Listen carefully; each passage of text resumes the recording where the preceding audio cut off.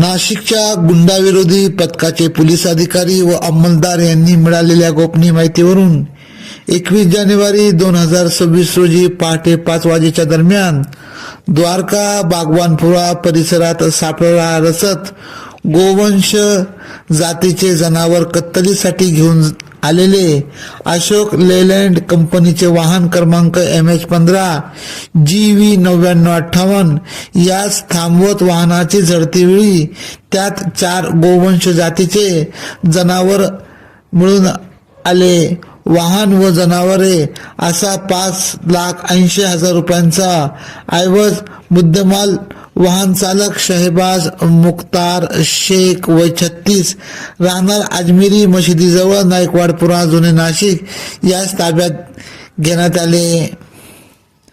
तसेच पुढील कारवाईसाठी भद्रकाली पोलीस ठाण्याच्या ताब्यात देण्यात आले. या कारवाईत शहबाज मुख्तार शेख, सोहेल अकील कुरेशी, नड्डे अल्ताफ चौधरी, सालेम अल्ताफ चौधरी, शाहनवाज फारूक चौधरी, अबू मुदस्सर यांना ताब्यात घेत त्यांच्या विरुद्ध गुन्हा दाखल करण्यात आला.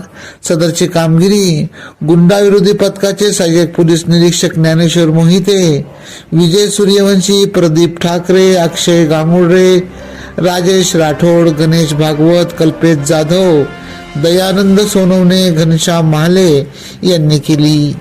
AKP न्यूज साठी ब्युरो चीफ अनवर खान पठाण, नाशिक.